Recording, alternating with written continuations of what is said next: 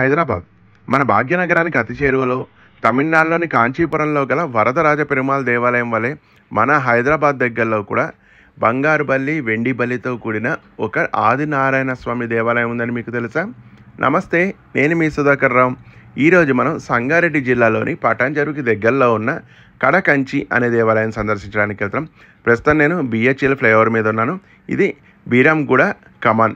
ఇక్కడ నుంచి సుమారు 8 కిలోమీటర్ల మనం లోపలికి ప్రయాణిస్తే కడకంచి దేవాలయాన్ని మనం చేరుకోగలం. ఈ మధ్యకాలంలో హైదరాబాద్ చుట్టుపక్కల అనేక ప్రతి దేవాలయాల నిర్మాణం జరిగింది.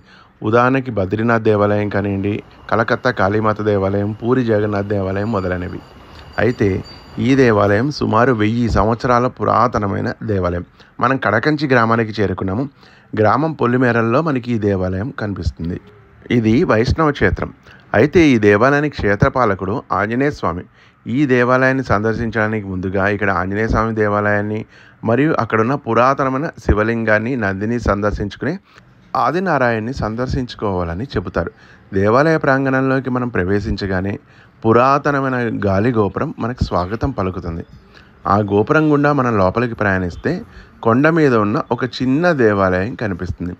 అదే మనం చూడబోతున్న శ్రీదేవి భూదేవి సమేత శ్రీ కడకంచి ఆదినారాయణ స్వామి దేవాలయం. స్వామివారిని దర్శించే ముందు ఇక్కడ ఎడమ భాగాన ఉన్న ఒక చిన్న అందమైన పుష్కరిని మనం సందర్శిద్దాం. ఎంతో ఆహ్లాదకరంగా ప్రశాంతమైన వాతావరణంలో ఒక రోజంతా ఇదే ప్రదేశంలో గడిపేయాలనే అనుభూతిని తెప్పిస్తుంది ఈ కోనేరుని చూస్తుంటే. ఇప్పుడు ఆలయ చరిత్ర గురించి చర్చించుకుందాం. సుమారు 1000 సంవత్సరాల పురాతనమైన ఈ దేవాలయాన్ని అల్లానీ వంశస్థులైన రామోజీరావు అనే వ్యక్తి స్వామివారు కలలో కనిపించి తాను విగ్రహ రూపమై వెలిశానని, తనకి గుడి నిర్మించాలని చెప్పారట. అయితే ఈ గ్రామస్తులతో కూడి ఎంత వెతికినను విగ్రహం లభించలేదట.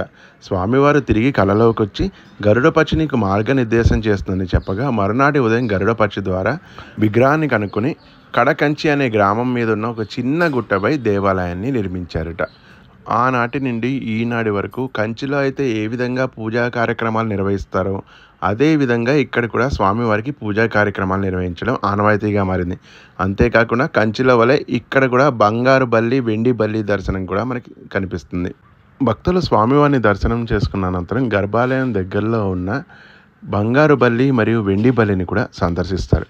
ఎవరైతే కంచిలోని బంగారు బల్లి, వెండి బల్లిని సందర్శించలేరో వారు ఈ ప్రాంతంలోని బంగారు బల్లి, వెండి బల్లిని తాకితే బల్లి దోషాలు పోతాయని భక్తుల విశ్వాసం.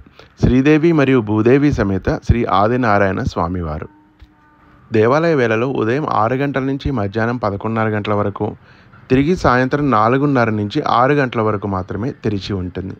హైదరాబాద్కి దగ్గరలో ఎంతో ప్రశాంతమైన వాతావరణంలో ఒక పురాతనమైన దేవాలయాన్ని సందర్శించాలనే అనుభూతి కలగాలనుకుంటే ఈ కడకంచి గ్రామంలోని ఈ దేవాలయాన్ని తప్పకుండా సందర్శించండి. ఈ గ్రామం పూర్వనామము కడకంచి.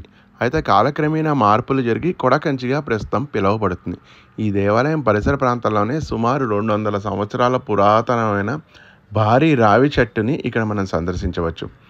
ఇది ఈ దేవాలయం పరిసర ప్రాంతాల్లోనే చుట్టుపక్కల వచ్చిన వాళ్ళు ఇక్కడే వంటలు కూడా చేసుకుని భోజనాలు వంటి కార్యక్రమాలు కూడా చేస్తున్నారు.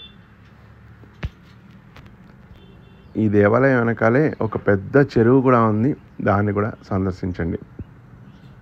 ఇదండి హైదరాబాద్కి చేరువలో ఉన్న కడకంచి దేవాలయం యొక్క విశేషాలు. ఈ ప్రదేశం మన హైదరాబాద్ నుంచి 35 కిలోమీటర్ల దూరంలోనూ, పటాన్చెరువు నుంచి 15 కిలోమీటర్ల దూరంలోనూ ఉంటుంది. ఇలాంటి మరెన్నో ఆసక్తికర విషయాల గురించి నా ఛానల్ని వీక్షించగలరు. జై శ్రీమన్నారాయణ.